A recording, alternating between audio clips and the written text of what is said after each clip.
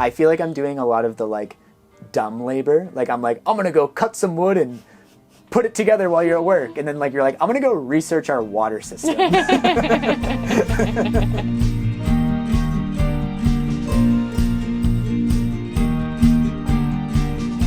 Hello and welcome to episode 5 of Morley and Eden's Grand Adventure. We are officially up to present. The first 4 episodes we recorded in advance and then we put them out daily. Today is Monday, August 28th, and now we're going to start putting out episodes weekly. And since we've been doing this a few times now, we've decided on some changes. So first thing we're going to start doing is at the very beginning of each of these podcasts, we're going to show a fly-through of the van so you can see what we've worked on so far. So if you're watching on YouTube, you'll see a video going through the van. Obviously a lot of changes since last time. We've built a lot of our cabinetry, at least the shelves, and we've swapped out our bench seat for a bucket seat. So now instead of having 3 seats up front, we have 2, which will make it a lot easier to travel from the front of the van to the back. Where should we start? I feel like so much has happened since the last recording. Most notably, maybe not most notably, but one really big thing is this whole thing is public now. Mm-hmm. The last 4 episodes we recorded, the internet did not know about this. But now we're at the point where I've put out the first 2 build videos, the first 4 podcasts, and we've started to receive some public reaction, which is not a new thing for me because I put out YouTube videos all the time. Yeah. I mean, it is new in that it's a bit of a pivot, but I think, Eden, this has been a new experience for you. Yeah, definitely. So I expected to get mixed comments. And to be fair, like most of the comments have been really positive. People have been really supportive, really excited for us. But I know that, you know, for every one negative comment, like one negative comment is always going to be so much louder than even 5 or 10 positive comments. Right. And so I knew going into this, there were going to be people who put negative comments out there.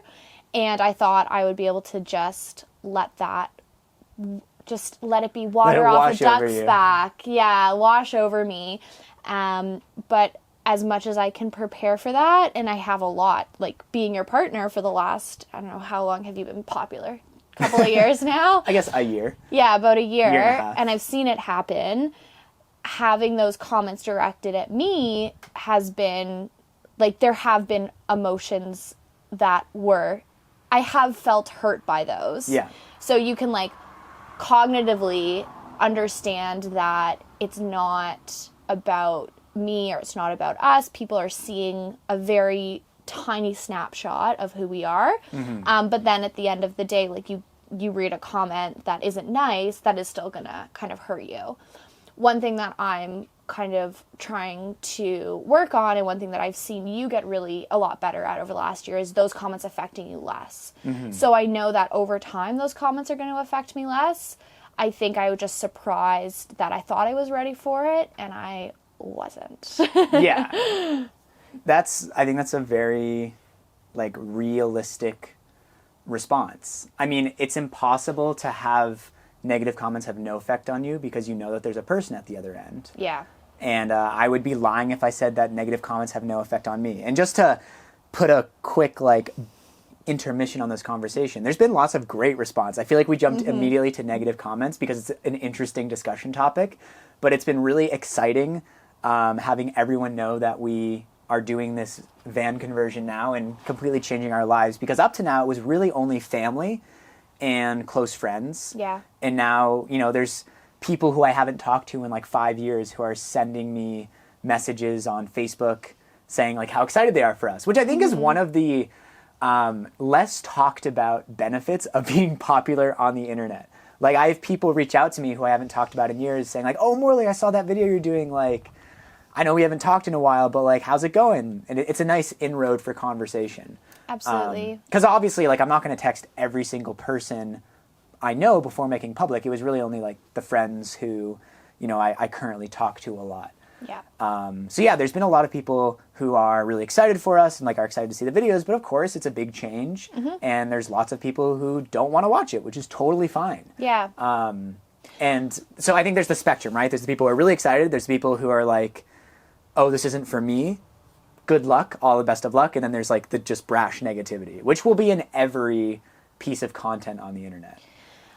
Absolutely. And I think the thing that I'm still trying to wrap my head around is I think about celebrities. And we're by no means celebrities, I'm not saying that. But by being a public figure, like a celebrity, and by having your life public, you are going to get a certain amount of negative feedback from that. And so scaling that down like quite a bit by putting yourself out there, by being public on social media, is there, like, should I just accept that there's going to be people who are going to be negative and say hurtful things? Like, are we at a point in how social media and the internet has developed that that's just a given? And if you're going to put yourself out there, if you're going to create content, if you're going to be present in other people's content, that just comes with the territory. And if you don't want to accept that, then don't do it. Like, is that just the reality? I mean, I think so. I think it's going to come, but I don't think that means that you should expect that it won't affect you at all. Like you said, you can prepare yourself as much as you want, but you can't really control 100% how it will affect you. So, like, one thing I try to do is manage, like, how I ingest those comments. So I like reading comments. I read most of the comments that people leave on my videos, if not all of them. I respond to a lot of them, and I read a lot of the negative ones. Like, one rule I've made for myself is that I don't respond to any negative comments because I don't want to interact that way with a stranger. Right. Even if there's like a touch of negativity, like, I don't want to go there because it will make me feel bad. I don't want to make my public presence, fighting with strangers on the internet. So that's like one rule I've made for myself. And I read this quote recently, which was something like, try to make your happiness more intentional and not by luck. And by looking at your phone first thing in the morning, you're kind of leaving your happiness up to luck because the notifications could be really good. If you're like a content creator, you could get a notification from like a potential sponsor. So there's this lure to checking your phone right when you wake up because you're like, what treasure might I unearth this morning? What came in my inbox in the night? Or like, what really nice comment came? But it could also be something really mean. And do you really want to start your day that way? So I think like making these little rules is really helpful. I don't know anyone who like comments don't affect them. And it's funny, I'm reading A Beautifully Foolish Endeavor by Hank Green right now, which is the follow-up to An Absolutely Remarkable Thing. And both of those books are a lot about being a content creator on the internet and like interacting with thousands, millions of strangers. Right. And there's a lot of poignant parts to that. And they talk about it there. Like, and I'm sure a lot of it comes from Hank Green's experience as a very popular person on the internet. I don't know if he was before he wrote that book, but like you can tell that there's some wisdom there talking about like, oh, I thought like I have a great life, I have like a steady income, happy family, but still like strangers on the internet make me feel bad about myself. Right. Yeah. Like, I don't know if there's any way around it, really. It's just, I honestly think the biggest way I've improved my own relationship to it is just desensitizing. Like, it just affects me less and less, but it's not like it doesn't affect me at all. Right. And I think that will come with time and being intentional about it. Like you're saying, like creating really clear boundaries for yourself about when you're looking at comments. Like, I shouldn't look at comments right before bed. That's when I'm in my weak stage. It's when I'm vulnerable. There's this great, I don't know, psychological phenomenon, which is essentially like you shouldn't have any existential thoughts after 9 p.m. at night because that your brain is in this state where it becomes very easy to start second guessing things. And I think looking at comments or looking at things that might be like tearing at your identity could probably fall into that category. And it's interesting that you mention identity because in my professional life thus far, if somebody has an issue with me, it's very easy for me to separate and say, you have an issue with the work that I'm doing or my approach to this problem. You don't have an issue with me as a person. And I know you've said this multiple times, people don't dislike you, right? This isn't about you.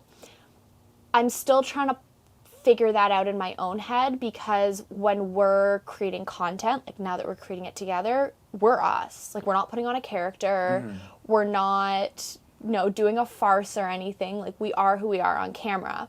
So when that negative comment comes in, it does feel more like a personal attack than if I had a negative review from a superior or I had a colleague say, hey, this thing that you're doing isn't working for me. that being said, of course we're not 100% ourselves on camera. We're still presenting ourselves in a certain way, and people are, again, only seeing a very small piece of who we are. Right. So I'm still just trying to figure all that out. So I think one thing I've accepted is that those people may not actually like me, and that's okay. Like, not strangers across the world don't have to like me. Are you calling me a people pleaser? Like, what you said is right. I am myself in my videos. Yeah, I mean, like, things might feel a little more rehearsed because it took a few more takes, or I'm trying to, like, show a certain angle of my personality. But at the end of the day, it is me, and someone might not like me. But that's okay. I don't think I've ever... Maybe, you know what's another funny part of it? It's like, I feel like I am more immersed in controversial internet culture than you are. Yeah. Like, I, like, really enjoy hip-hop and, like, internet drama to a certain extent. So, like, I'm a little more... I, like, expose myself to that negativity a little more. I need some exposure therapy. Yeah, like, I don't expect that everyone in the world will like me. And a lot of the, like, you know, books I've read and podcasts I've listened to about, like, people who are successful, like, a common theme is that, like, not everyone likes them. And so I've kind of, like, accepted that if I want to, you know, have the life that I want. Anyways, it still affects me. I think you're doing great. Thank you. I feel better about it today than I did 2 weeks ago when the first video came out. Well, that was exactly it. I think, like, after we made the first video, I was washing up after dinner and you were lying in bed, and I just hear from the other room, I'm not reading comments anymore. I'm done with this. One video and I'm out. Yeah. But I mean, some YouTubers don't read comments. And Yeah. I think, so that's a really interesting point as well. So I find it interesting how right off the bat we started talking about comments. And that is only, like, one way that you can measure a video's reception or performance, right? Like, only a certain amount of people who watch something will take the time to write a comment. Like, when you become really focused on the comments, you're becoming less focused on, like, the views, the likes, and the dislikes. Right.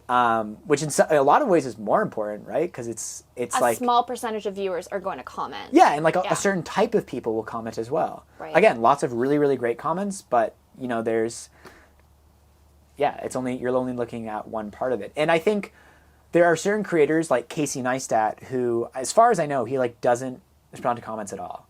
And I think for him, his creative process is completely severed from the comments on his videos, right? He'll make the videos he wants to make, or so he says. I mean, you know, you can take him at his word for that.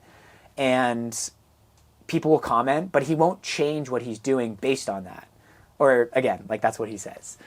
Right. But I think, like, I like to read comments, and especially because I'm doing woodworking, I'll change my techniques from comments of people saying, like, oh, there's a better way to do something. It's really helpful if people are giving you free advice, you know, to take it. It was a comment to do the walkthrough for the beginning of this video. Yeah. Right? Exactly, yeah. Someone said, like, oh, I'd love to see a fly-through of the build during the videos. And, like, when we first started doing this podcast, I was trepidatious about the amount of editing it would take to do this. So I wanted to keep it, like, really simple. Matt Gray gave me a great piece of advice, which was just, like, keep it as simple as possible so you don't, you know, it doesn't become a chore. But I think I maybe went a little too simple on the first episodes, and now it's worth it to add a little bit of features. Yeah. So all this to say, you know, I think you have to be careful about how much you take from comments. Of course. Absolutely. You know, when many artists were doing their stuff, comments didn't even exist. True. They only had reception to their work from, like, a very select group of people. Right. You had reviewers and ticket sales. Right. That was what told you whether or not what you were doing was making you money. Not necessarily even good or bad, right? Yeah. Like, just could you make money, book another show, gallery, fill in the blank. The other thing that I find interesting about all this is I have this idea about traveling for a year and living out of a van for a year. In order to do that, we are doing this process of building out the van, which I'm really enjoying. But in order to build up the van and to travel for a year, you want to and have to continue making content. So for me, it was like, travel, build a van, have lots of time with Morley. And then it was like content creation. I'm like, oh, okay, I got to move the, like, content creation higher up the ladder because I'm so much more involved in it than I was before. Yeah. I mean, honestly, I don't think you need to change anything you're doing. I think everything we filmed, I'm super happy with. I'm perfectly happy doing like the brunt of the work. You've been a great creative partner. Thank you. But I understand what you're saying. It's like you've been much more exposed to my world in the last few weeks than probably ever before.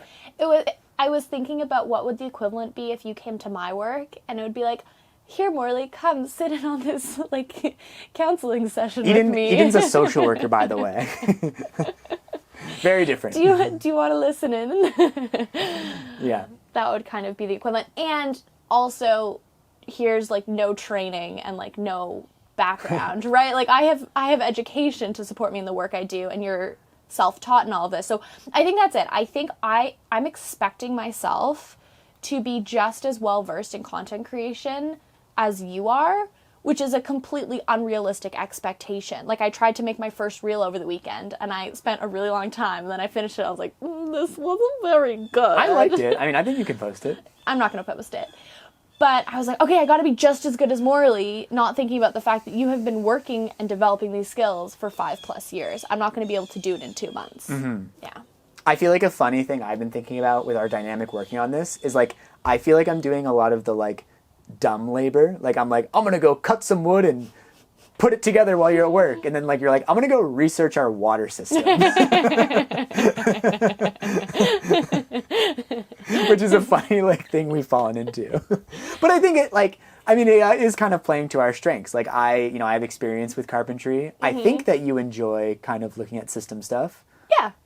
You're happier sitting at a computer and like researching than I am. Or maybe I'm just saying that because I don't want to do it. Maybe. I really enjoy the hands-on stuff. I'm not going to go and build a cabinet by myself. Right. Like today when you were at work, I went and like put a bunch of reinforcement in the cabinets. Right. But I'm comfortable going and like doing a bunch of research and then saying like, okay, these are my suggestions. Can we move forward? Mm-hmm. But no, I'd prefer to be like doing hands-on stuff than sitting on my computer. I just have more computer skills than hands-on skills. Yeah. We're playing to our strengths. Playing to our strengths, exactly. Absolutely.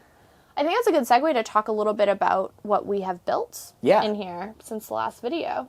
Well, let's go chronologically. So after we built the benches, we went to Rochester, New York to swap out our bench seat for a bucket seat. Rochester, New York, city of flowers.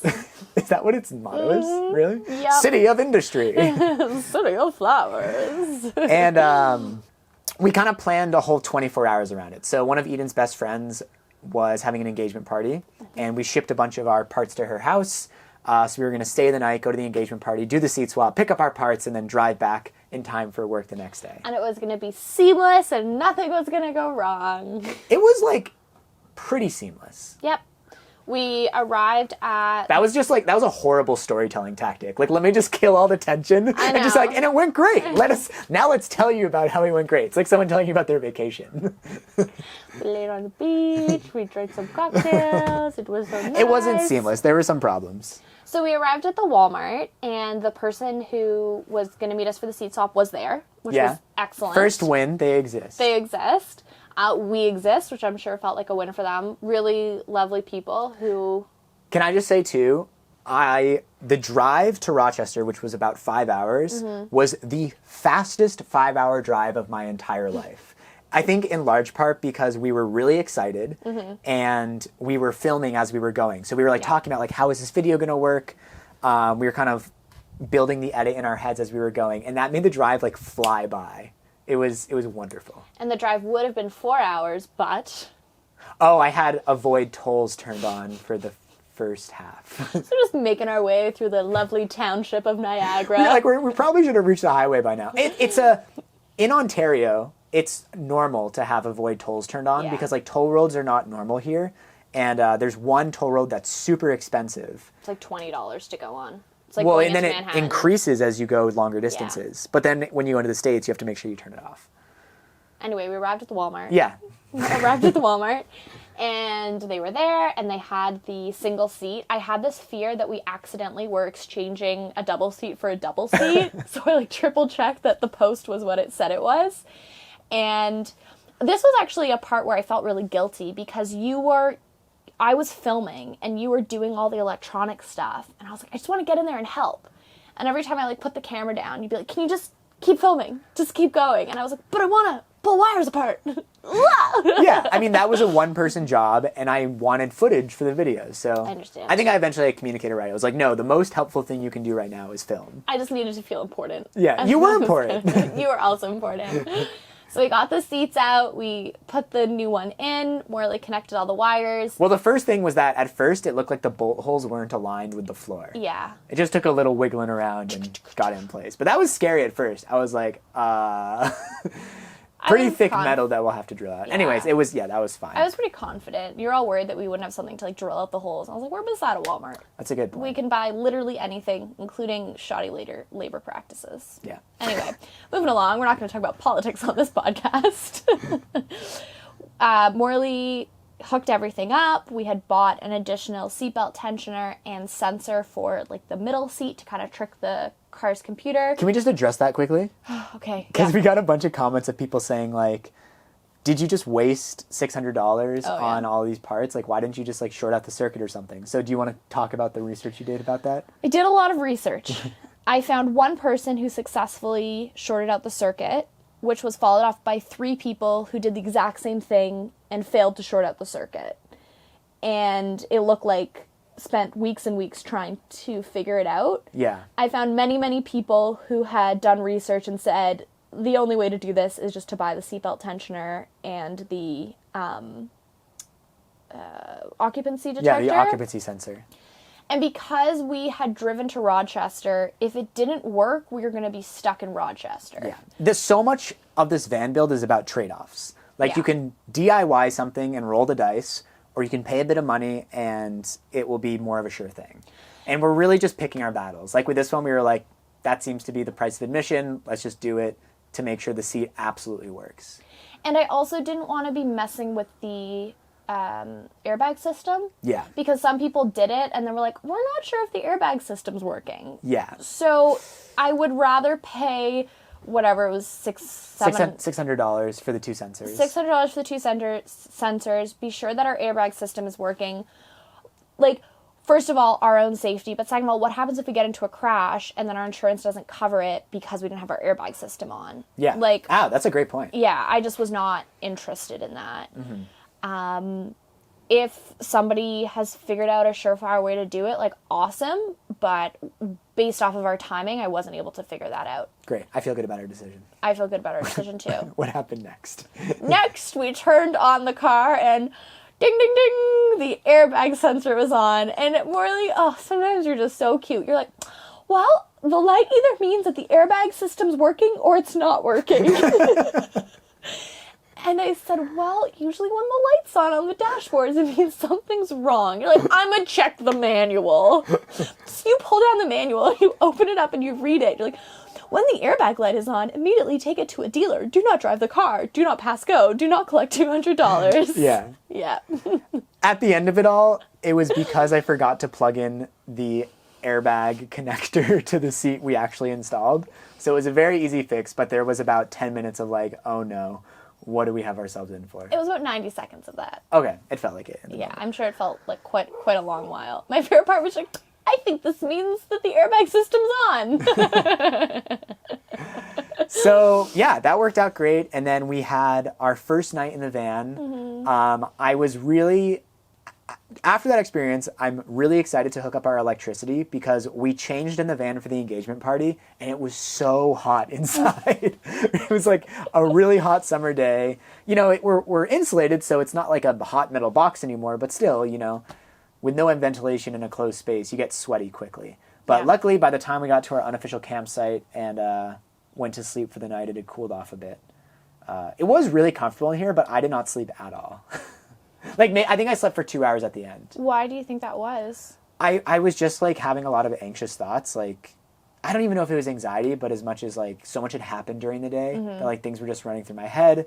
Yeah, it was, like, couldn't quite relax enough to fall asleep. And then you're also when you're, like, frustrated with yourself for not falling asleep. Right. Which was unfortunate, because it was lovely hearing the crickets. It was really comfortable. The Canadian cicadas. The Canadian cicadas. And then we were back and ready to build our cabinets. Or the shells of our cabinets. We still have a lot of work to do. But I think the most exciting thing is that you can now see what the space is going to look like. We have all the big blocks set up. So starting on what we've been calling the port side of the van, the driver's side, we have a short cabinet. Our fridge will go under there, and that will be an empty countertop for like prep work and stuff. Next to that is a floor-to-ceiling unit where we'll have my 3D printer, and there'll be storage underneath. I checked today, the one wheel does fit under there with lots of room to spare. So I think we could I was thinking we could like hang our backpacks and stuff under there. Smart. And then in front of that, we have a workstation. So it's a bench that will have cushions on it with a swivel out desk. So that'll be like where we do computer work in addition to this space here. But the reason we wanted to have that is like, let's say that our bed is set up and Eden wants to relax, then I can go up there and do some video editing if I want to. Or alternatively, let's say our bed's set up and Morley wants to relax, I can go up there and do some researching. Yeah, exactly. And then on the other side, we have a super long countertop. It's like 58 inches long that extends out into the door space. That will hold our sink as well as our stove and lots of storage underneath. A big part of the van that's missing right now is overhead cabinets. So we'll have those over the bed. They'll stop at this cabinet on the starboard side, and then on the port side, they'll go the full length to the 3D printer cabinet and then continue on the other side. So now we're at the point where like I'm starting to build out the interior of the cabinets, which I'm like a little overwhelmed by because there's a lot of little things. But today I was thinking, okay, what is like the first thing I can do? So first thing I can do, I reinforced our workbench seat so it wouldn't sag. I built the little shelf that will pull out our fridge. And I think that's what it's going to be. It's like, you know, there's one drawer you can build at a time. It feels overwhelming because there's a lot of drawers. There's actually not even that many. We maybe have like 6 drawers overall, maybe 7. Sounds right. And then another drawer we'll have is in between these 2 bench seats, we're building a pull-out platform that will extend like 5 feet behind the van that you can stand on and use as a little table or a deck. Or workbench. Or workbench. Yeah. Yeah, so we're like really, really hustling now. And we basically spent all weekend building the cabinets, which was really fun. I feel like we did so much great problem solving together. That's what I was going to say. Like we have a plan about where the drawers are going to go. Yeah. And we were talking about this yesterday where it's not finalized. Like we still have to decide exactly what sink we're getting, what stove we're getting. And so I think for all those decisions, like we should just make them together. Not that I don't trust you to make them, it's just easier to do that type of problem solving together. Yeah, there's no point to like just go buck wild and say like, hey, I ordered us a sink while you're at work. I mean, if you did that at this point, I'd be like, thanks. No, but every time we've been talking about one of those decisions, I think one of us comes up with something that the other has not thought of. Yes, that's very true. I mean, also since the last episode, we've kind of pretty much fully decided on propane. Yes. We did a more detailed electrical calculation. We found out that like we would be able to power an induction stovetop and an electric water heater, but the trade-off is the time we could spend off-grid. Pretty much, I think after 2.5 days, we would have drained our batteries, even with solar recharging.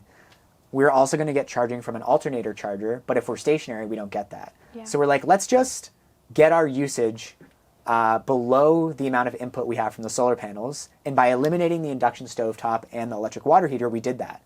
So theoretically, we could camp out somewhere and exist for as long as we had food, water, and propane because, well, if it wasn't a really cloudy day. Yeah. But also, like, we calculate our electrical for the worst case scenario. Like, I'm 3D printing, and I'm riding the one wheel every day, and I'm editing for 10 hours a day.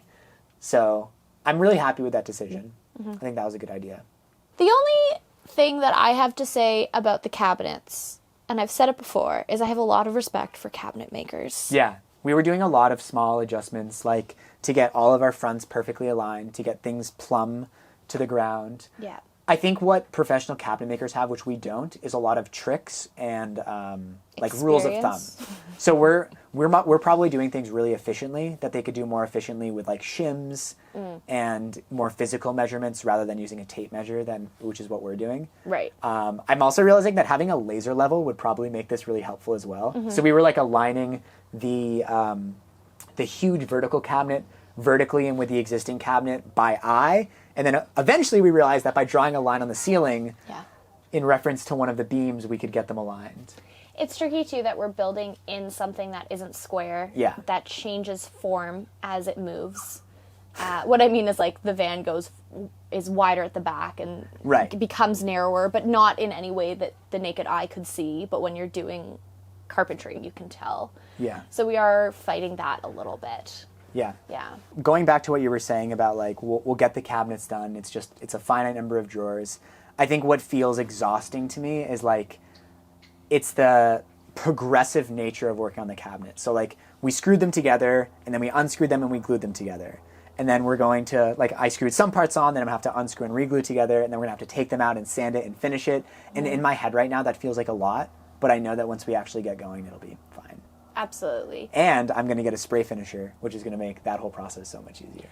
A lot of the carpentry work that we've been doing has also been both of us at the same time, and all of the things that you just described, we can tag team. Yeah. And do separately, and really take advantage of two of us working. Yeah, I think that will make a really big difference as well. Okay, I think that's good. I really like doing my podcast in my fancy clothes. My podcast. You're like a pundit that's been brought in. Dr. Eden Schwartz. So we might not be back next week. We are heading to 2 separate weddings on opposite sides of the continent this weekend, and we're not going to have much time to work on the van. So if you don't see us next Wednesday, we'll see you the Wednesday after that. Have an awesome couple of weeks. Bye. Bye.